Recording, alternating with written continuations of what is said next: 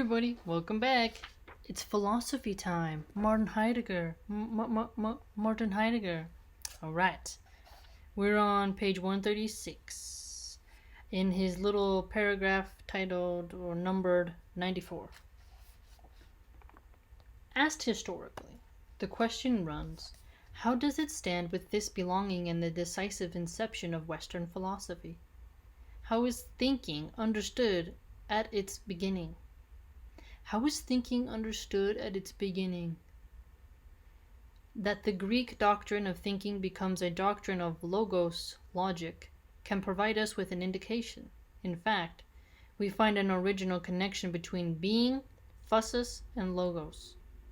We just have to free ourselves from the opinion that logos and legein originally and authentically mean thinking, understanding, and reason. We have to free ourselves from that opinion? Why, Heidegger? Why? As long as we hold to this opinion and even interpret logos using the later conception of logos as logic as our criterion, our new disclosure of the inception of Greek philosophy will lead us to absurdities. Oh, really? Furthermore, this conception will neither give us any insight into 1. Why logos could be separated from the being of beings at all, and 2, why this logos had to determine the essence of thinking and bring thinking into opposition to being. I don't think that's an interesting point there. Is logos in opposition to being, or does logos, which is first, logos or being? I think being. Oh, that's a tight question there. Let us go straight to the decisive point and ask, what do logos and legein mean, if they do not mean thinking? Logos means the word, discourse, and legein means to discourse, to talk. Dialogue is reciprocal discourse. Monologue is solitary discourse. But logos does not originally mean discourse or saying. What the word means has no immediate relation to language. Lego, legein, Latin legere, is the same word as our lesen, to collect. Gleaning, collecting wood, harvesting grapes, making a selection, reading, lesen, a book, is just a variant of gathering in authentic sense. This means laying one thing next to another, bringing them together as one. In short, gathering. So, that's interesting. So, lego, legein, legere is like gathering. Maybe gathering facts, information, and putting it into a string of reasoning. But at the same time, the one is contrasted with the other. This is how Greek mathematicians use the word logos. A coin collection that one has gathered is not just a heap that has somehow been thrown together. In the expression analogy, correspondence, we even find both meanings side by side. The original meaning of logos as interrelation or relationship, and its meaning as language or discourse, although in the word correspondence, Ettensprung, we hardly think any more of responding, sprechen, speaking, just as correspondingly. And in contrast, the Greeks did not yet necessarily think of discourse and saying in connection with logos. They didn't think that. That's a strong assertion. A passage from Homer's Odyssey may serve as an example of the original meaning of legein as gathering. Here the theme is the encounter between Agamemnon and the slain suitors in the underworld. He recognizes them and addresses them as follows. Amphimedon, by what disaster have you all been plunged down into the darkness of the earth? All of you prominent of the same age. One could hardly bring together lexiato, a form of legein, in a search through a polis, such noble men. Aristotle says, in his Physics, taxis de passalogos. But every order has the character of bringing together. Because order is the opposite of chaos, and chaos means nothing's put together, but instead atomized, so the opposite of that would be coming together, so yeah. We will not yet trace how the word passes from the original meaning, which at first has nothing to do with language and word and discourse, to the meaning of saying and discourse.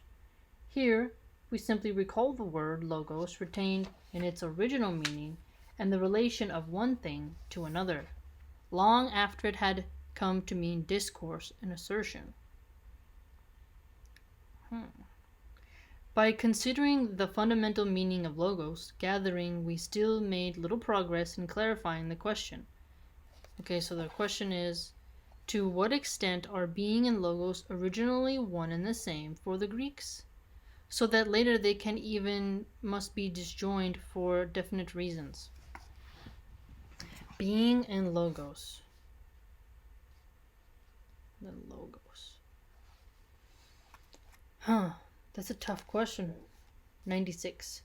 The indication of the fundamental meaning of logos can give us a clue only if we already understand what being means for the Greeks, phusis.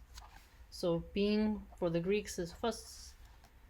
Not only have we concerned ourselves in general with being as the Greeks meant it, but through our previous distinctions of beings from becoming and from seeming.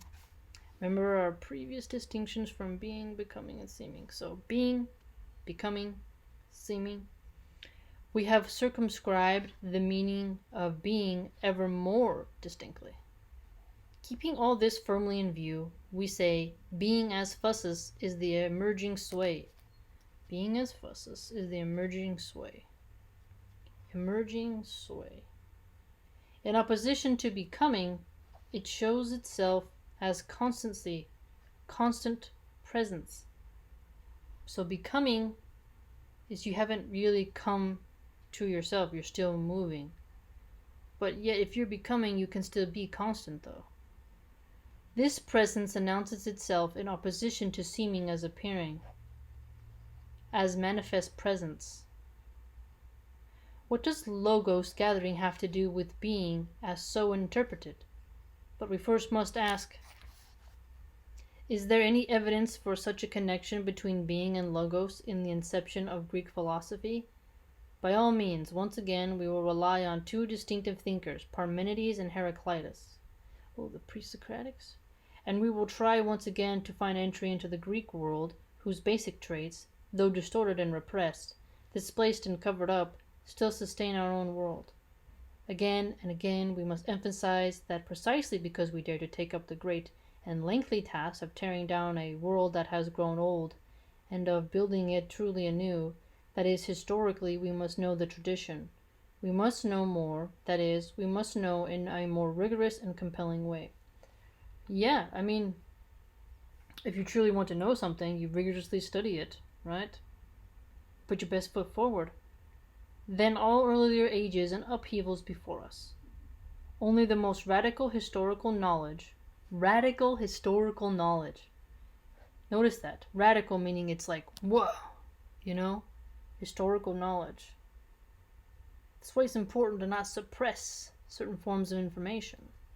Bring us face to face with the unfamiliarity of our tasks and preserve us from a new onset of mere restoration and uncreative imitation. Mere restoration and uncreative imitation. Look at that language there.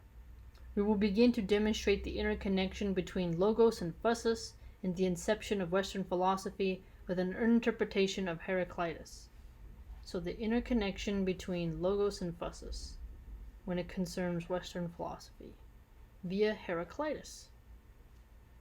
Interesting. If you take an introduction to philosophy class, you'll come across Heraclitus. He's an okay dude.